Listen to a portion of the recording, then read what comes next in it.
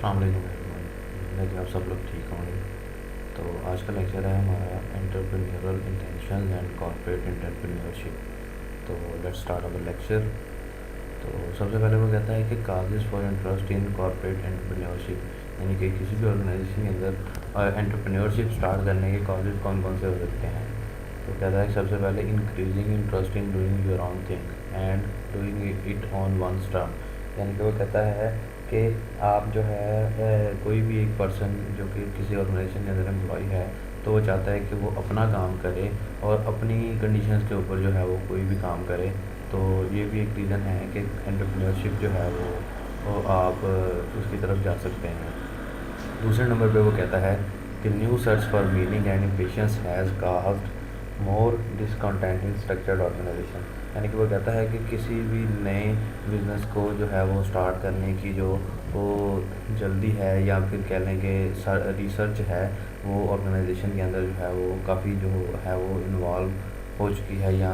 जो है वो ट्रेंडिंग में है। उसके बाद वो कहता है कि organisations are encouraging corporate entrepreneurship, stimulating and capitalising on employees who think that something can be done differently and better, यानी कि वो कहता है कि ऑर्गेनाइजेशंस जो हैं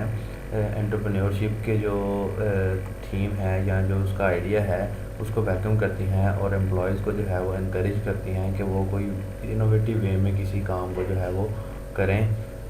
और कोई नई प्रोडक्ट जो है वो लेके आएँ। उसके बाद वो कहता है कि corporate entrepreneurship is most strongly reflected in the following endeavours, यानी कि वो कहता है कि कॉर्पोरेट एंटरप्रेन्योरशिप का जो एनवायरनमेंट है वो तीन चार डिफरेंट तरीक़ों से जो है वो रिफ्लेक्ट होता है। सबसे पहले वो कहता है कि न्यू बिज़नेस वेंचरिंग का मतलब है कि the creation of a new business within an existing organisation, यानी कि वो कहता है कि किसी ऑर्गेनाइजेशन जो कि एग्जिस्टिंग ऑर्गेनाइजेशन है, जो ऑलरेडी किसी ई बिज़नेस को रन कर रही है, तो उसके अंदर एक न्यू बिज़नेस को लेके आना, इसको हम न्यू बिज़नेस वेंचरिंग का नाम देंगे। उसके बाद वो कहता है कि इनोवेटिवनेस के अंदर वो कहता है कि product and service innovation with emphasis on development and innovation in technology, यानी कि वो कहता है कि किसी प्रोडक्ट या किसी सर्विस के अंदर इनोवेशन लेके आना टेक्नोलॉजी को यूज़ करते हुए। उसके बाद वो कहता है कि सेल्फ रिन्यूअल के अंदर वो कहता है कि transforming through the renewal of key ideas on which organization is build, यानी कोई कहता है कि कोई प्रिंसिपल्स, कोई रूल्स या कोई की आइडियाज़ होंगे जिनके ऊपर कोई भी ऑर्गेनाइजेशन जो है वो बनती है या बिल्ड होती है, तो उनको ट्रांसफॉर्म करना या उनके अंदर कोई इनोवेटिव जो है वो वे में कोई चेंज लेके आना, तो इसको हम कहेंगे कि ये सेल्फ रिन्यूअल का नाम है। उसके बाद वो कहता है कि प्रोएक्टिवनेस में कहता है कि include initiative, risk taking, competitive aggressiveness and boldness, यानी कि वो कहता है कि प्रोएक्टिवनेस का मतलब है कि अगर किसी ऑर्गेनाइजेशन के अंदर जो है वो कोई अनसर्टेन एनवायरनमेंट या कोई प्रॉब्लम आ जाती है, तो उसके लिए जो है वो आप प्री प्लान कोई स्ट्रेटजी बना के रखें, या आप उसके लिए कोई रिस्क टेकिंग स्ट्रेटजी जो है वो कोई यूज़ करें, ताकि आप जो है वो रिस्क को कम से कम कर सकें और जो है वो कंपेटिटिव वे में जो है वो उस प्रॉब्लम को जो है वो रिजॉल्व कर सकें। उसके बाद कहता है कि हमारे पास characteristics of an entrepreneurial environment, यानी कि एंटरप्रेन्योरल जो एनवायरनमेंट होता है उसकी करेक्टरिस्टिक्स कौन कौन सी होती हैं। आइए इनको वन बाय वन रीड करते हैं। Organisations operates on frontiers of technology, यानी कि वो कहता है कि ऑर्गेनाइजेशंस जो कॉर्पोरेट एंटरप्रेन्योरशिप को जो है वो अडॉप्ट करती हैं, वो जो है वो फर्स्ट मूवर्स होती हैं, यानी कि वो किसी भी मार्केट के अंदर गैप को देखती हैं और सबसे पहले उसके अंदर जो है वो उस गैप को कवर करने की कोशिश करती हैं। उसके बाद वो कहता है कि न्यू आइडियाज़ एनकरेज, यानी कि वो कहता है कि एंटरप्रेन्योरल जो एनवायरनमेंट होता है उसके अंदर जो है वो एम्प्लॉयज़ से जो है वो इस बात की एक्सपेक्टेशन की जाती है कि वो न्यू आइडियाज़ जो है वो लेके आएँ और उन्हें न्यू आइडियाज़ के ऊपर जो है वो इनकरेज किया जाता है। उसके बाद वो कहता है कि ट्रायल एंड एरर एनकरेज, यानी कि वो कहता है कि अगर कोई एम्प्लॉय न्यू आइडिया लेके आता है तो उसे कहा जाता है कि आप इस आइडिया को ट्राई करें और अगर आपको इसमें एरर आता है तो कोई इशू वाली बात नहीं है, आप उसको दोबारा ट्राई करें। उसके बाद वो कहता है कि फेलियर्स अलाउड, यानी कि अगर आपके पास कोई आइडिया है तो आपने अगर उसके ऊपर काम किया है एंटरप्रेन्योरल एनवायरनमेंट के अंदर, तो आपको जो है अगर आप फेल हो गए हैं तो वो आपको जो है वो फेलियर अलाउड होता है। उसके बाद वो कहता है कि नो अपॉर्चुनिटी पैरामीटर्स का मतलब ये है कि आपको जो है वो किसी पैरामीटर्स के ऊपर जो है वो काम करने की जो है वो रिस्ट्रिक्शन नहीं है, आप जो है वो इजी वे में जो है वो किसी भी अपॉर्चुनिटी को जो है वो यूज़ कर सकते हैं। तो तो उसके बाद वो कहता है कि रिसोर्सेज अवेलेबल एंड एक्सेसिबल, यानी कि वो कहता है कि एंटरप्रेन्योरल एनवायरनमेंट के अंदर जितने भी आपको रिसोर्सेज रिक्वायर्ड होते हैं वो आपके जो है वो ईज़िली अवेलेबल होते हैं और दूसरे नंबर पे आप उसको ईज़िली एक्सेस कर सकते हैं। उसके बाद वो कहता है कि multi discipline team work approach, यानी कि वो कहता है कि एंटरप्रेन्योरल एनवायरनमेंट के अंदर किसी एक डिपार्टमेंट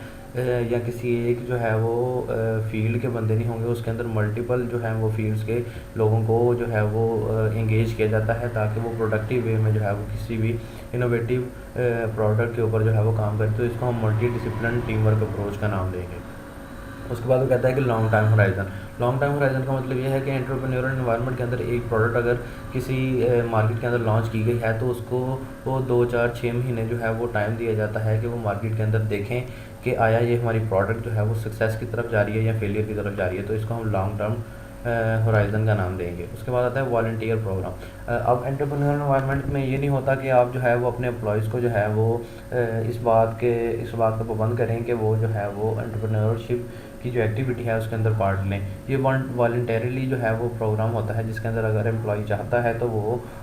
पार्ट ले सकता है। उसके बाद वो कहते हैं कि अप्रोप्रिएट रिवॉर्ड सिस्टम। अब अप्रोप्रिएट रिवॉर्ड सिस्टम का क्या मतलब है कि अगर कोई एम्प्लॉय जो है वो कोई बहुत अच्छा आइडिया लेके आया है, कोई अच्छी चीज़ उसने जो है वो डेवलप की है, तो उसको अप्रोप्रिएट उसका रिवार्ड दिया जाए। तो इसके लिए जो है वो अप्रोप्रिएट रिवार्ड सिस्टम भी जो है वो एंटरप्रेन्योरल जो एनवायरनमेंट है उसके अंदर जो है वो होता है। उसके बाद कहता है कि स्पॉन्सर्स एंड चैम्पियंस अवेलेबल। अब स्पॉन्सर एंड चैम्पियंस अवेलेबल का मतलब क्या है कि जो है वो आपके जो कोई भी प्रोडक्ट है या कोई भी इनोवेटिव आइडिया है तो उसके अंदर पैसा लगाने के लिए जो है वो स्पॉन्सर जो रिक्वायर्ड होते हैं वो भी एंटरप्रेन्योरल एनवायरनमेंट जो है वो अवेलेबल होते हैं। उसके बाद वो कहता है कि सपोर्ट ऑफ टॉप मैनेजमेंट। इसमें वो कहता है कि सबसे इंपॉर्टेंट फैक्टर जो है ना वो सपोर्ट होती है जो कि टॉप मैनेजमेंट की तरफ से होती है किसी भी आइडिया को जो है वो फर्दर जो है वो उस पर काम करने के लिए। तो एंटरप्रेन्योरल एनवायरनमेंट में जो है वो सपोर्ट ऑफ टॉप मैनेजमेंट जो है वो लाजमी शामिल होती है। उसके बाद वो कहता है कि leadership characteristics of a corporate entrepreneur, यानी कि वो कहता है कि कॉर्पोरेट एंटरप्रेन्योर जो होता है उसकी कैरेक्टरिस्टिक्स जो है वो लीडरशिप की कौन कौन सी होनी चाहिए। सबसे पहले वो कहता है कि अंडरस्टैंड द एनवायरनमेंट। इसके अंदर जो है वो इस तरह से हम ले सकते हैं कि अब एक एंटरप्रेन्योर है जो कि किसी आइडिया के ऊपर काम कर रहा है, तो उसका जो है वो उस आइडिया के बारे में उसको नॉलेज होनी चाहिए, उसके डोमेन जो के बारे में पता होना चाहिए,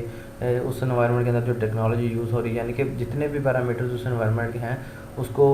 उन पैरामीटर्स का जो है वो पता होना चाहिए। तो दूसरे नंबर पे वो कहता है कि इज़ विजनरी एंड फ्लेक्सिबल, यानी कि वो कहता है कि जो एंटरप्रेन्योर होगा उसके अंदर ये स्किल भी मौजूद होनी चाहिए कि वो विजनरी हो और दूसरे नंबर पे वो फ्लेक्सिबल हो कि फॉर एग्जांपल कोई एम्प्लॉय जो है वो कहीं पे लैग कर रहा है या उसकी जो है वो किसी चीज़ में जो है वो काम नहीं ठीक तरीके से कर पा रहा, तो वो फ्लेक्सिबल हो के उसको जो है वो मोटिवेट करे, ना कि उसको जो है वो डिस्करेज करे। उसके बाद कहता है कि क्रिएट मैनेजमेंट ऑप्शंस, यानी कि वो कहता है कि क्रिएट मैनेजमेंट ऑप्शंस में जो कॉर्पोरेट एंटरप्रेन्योर होता है वो अपने साथ जो अपने टीम के मेंबर्स होते हैं उनको मैनेजमेंट के ऑप्शंस भी प्रोवाइड करता है कि वो खुद से जो है वो चीज़ों को मैनेज करें और जो है वो प्रोडक्ट के अंदर जो है वो काम करें या उसको डेवलप करें। उसके बाद कहता है कि इनकरेजेस टीम वर्क। वो कहता है कि जो कॉर्पोरेट एंटरप्रेन्योर होता है वो एज अ लीडर जो है वो टीम वर्क को जो है वो इनकरेज करता है, ना कि वो ये कहता है कि किसी एक इंडिविजुअल को जो है वो सारा काम करना पड़े। उसके बाद वो कहता है कि एनकरेजेस ओपन डिस्कशन। अब वो कहता है कि जो कॉर्पोरेट एंटरप्रेन्योर होता है वो ये नहीं कहता है कि सिर्फ मेरा ही डिसीजन जो है वो या मेरी ही राय जो है वो इम्पॉर्टेंट है किसी भी प्रोजेक्ट या प्रोडक्ट की डेवलपमेंट के अंदर, बल्कि वो कहता है कि आप ओपन डिस्कशन करें और तमाम टीम के जो मेंबर्स हैं वो इसके अंदर पार्टिसिपेट करें, तो ताकि जो है वो प्रोडक्ट जो है वो अच्छे तरीके से जो है वो बने और मार्केट के अंदर जो है वो डिस्प्ले की जाए। उसके बाद वो कहता है कि builds a collision of supporters, यानी कि वो कहता है कि जो जितने भी टीम मेंबर्स हैं या जितने भी एम्प्लॉयज़ जो हैं वो किसी भी प्रोडक्ट या किसी भी प्रोजेक्ट के ऊपर जो काम कर रहे हैं एंटरप्रेन्योरल एनवायरनमेंट के अंदर, तो वो उनके दरमियान जो है वो ट्रस्ट जो है वो कायम करे और उनको जो है वो एक जो है हारमोनी वाला जो एनवायरनमेंट है वो प्रोवाइड करे। उसका तो कहता है कि जो कॉर्पोरेट एंटरप्रेन्योर है वो परसिस्ट होना चाहिए, यानी कि वो जो है अडाप्टिव होना चाहिए। फॉर एग्जांपल अगर कोई प्रॉब्लम आ गई है तो उसको जो है वो सॉल्व करने के लिए जो है वो तमाम टीम को जो है वो एंगेज करे, तो इसको हम परसिस्ट का नाम देंगे। उसके बाद वो कहता है कि establishing corporate entrepreneurship in the organisation, यानी कि हम किस तरह से कॉर्पोरेट एंटरप्रेन्योरशिप किसी ऑर्गेनाइजेशन के अंदर जो है वो वो इस्टेब्लिश कर सकते हैं। तो इसके उसने डिफरेंट स्टेप्स लिखे हैं, वन बाय वन इनको रीड करते हैं।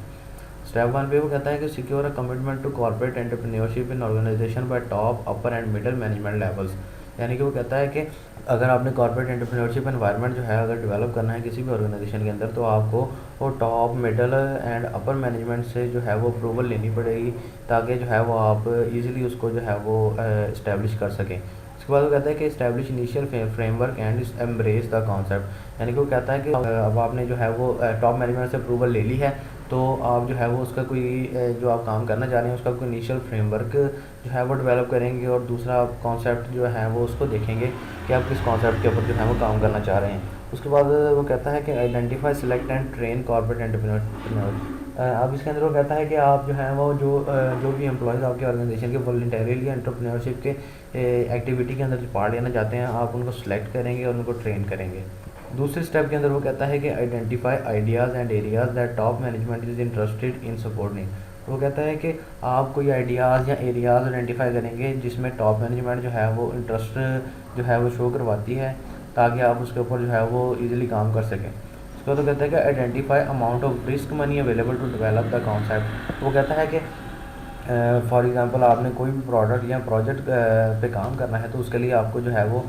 पैसा चाहिए, तो आप उसके लिए जो है वो रिस्क भी कैलकुलेट करेंगे कि अगर हमारा पैसा हम लगाते हैं तो कितने परसेंट जो है सक्सेस के चांसेस हैं। उसके बाद वो कहता है कि establish overall programme expectations and target results of each corporate venture. अब वो कहता है कि किसी भी जो आपने न्यू बिज़नेस स्टार्ट करना है उसके अंदर आपने जो है वो ओवरऑल एक एक्सपेक्टेशन की एक समरी लिखनी है, और आप दूसरे नंबर पे आपने जो है वो टारगेट रिजल्ट्स जो आप अचीव करना चाहते हैं वो लिखने हैं, ताकि आपको पता हो कि आपने जो है वो क्या चीज़ जो है वो अचीव करनी है। उसके बाद वो कहता है कि इस्टेब्लिशमेंट और एंड स्पॉन्सर सिस्टम। यानी कि वो कहता है कि जब आपने न्यू बिज़नेस स्टार्ट करना है तो आपके पास एक प्रॉपर मेंटोर और स्पॉन्सर सिस्टम होना चाहिए, जो कि आपको जो है वो पैसा प्रोवाइड करे आपके प्रोजेक्ट को जो है वो जारी रखने के लिए। तीसरे नंबर पे वो कहता है कि use of technology to ensure organisational flexibility. वो कहता है कि अब आपने कोई न्यू बिज़नेस स्टार्ट करना है तो आपने उसमें टेक्नोलॉजी का यूज़ लाजमी रखना है, ताकि जो है वो ऑर्गेनाइजेशनल फ्लेक्सिबिलिटी आपकी जो है वो कायम रहे और आप उसको ईज़िली जो है वो लेके चल सकें। उसके बाद वो कहता है कि स्टेप 4 के अंदर identify interested manager to train employees and share their experience. अब वो कहता है कि ऑर्गेनाइजेशन के अंदर आप उन मैनेजर्स को जो है वो आइडेंटिफाई करेंगे जो कि एम्प्लॉयज़ को जो है वो ट्रेन कर सकें, और दूसरे नंबर पे अपना एक्सपीरियंस जो है वो एम्प्लॉयज़ के साथ जो है वो शेयर करें। स्टेप 5 के अंदर वो कहता है कि develop ways for organisation to get closer to its customer. वो कहता है कि अब आपने कोई ऐसा वे या कोई ऐसी स्ट्रेटजी जो है वो डेवलप करनी है जो कि ऑर्गेनाइजेशन को उसके कस्टमर्स के साथ जो है वो क्लोज़ करे और उनके साथ कोई अच्छा रिलेशनशिप डेवलप करने के लिए हेल्प आउट करे। अब स्टेप 6 के अंदर वो कहता है कि learn to be more productive with fewer resources. वो कहता है कि कॉर्पोरेट एंटरप्रेन्योरशिप के एनवायरनमेंट के अंदर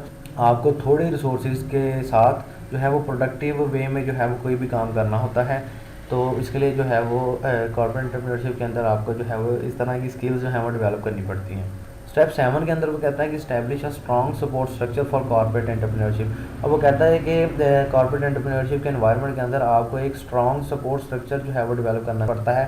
कि एम्प्लॉयज़ जो है मोटिवेशनली जो है वो काम करें किसी भी प्रोडक्ट या प्रोजेक्ट के ऊपर। स्टेप 8 के अंदर वो कहता है कि the rewards of the performance of the entrepreneurial unit. यानी कि वो कहता है कि कोई भी एम्प्लॉई अगर अच्छा परफॉर्म करता है एंटरप्रेन्योरशिप की एक्टिविटी के अंदर, तो उसको आप जो है वो रिवॉर्ड दें उसकी परफॉर्मेंस की बेस पे। उसके बाद कहता है कि finally implement an valuation system that allow successful entrepreneurial units to expand and unsuccessful ones to be eliminated. वो कहता है कि आप एक वैल्यूएशन सिस्टम जो है वो इम्प्लीमेंट करेंगे जो कि आपके एम्प्लॉयज़ जो सक्सेसफुली जो है वो काम कर रहे हैं उनको जो है वो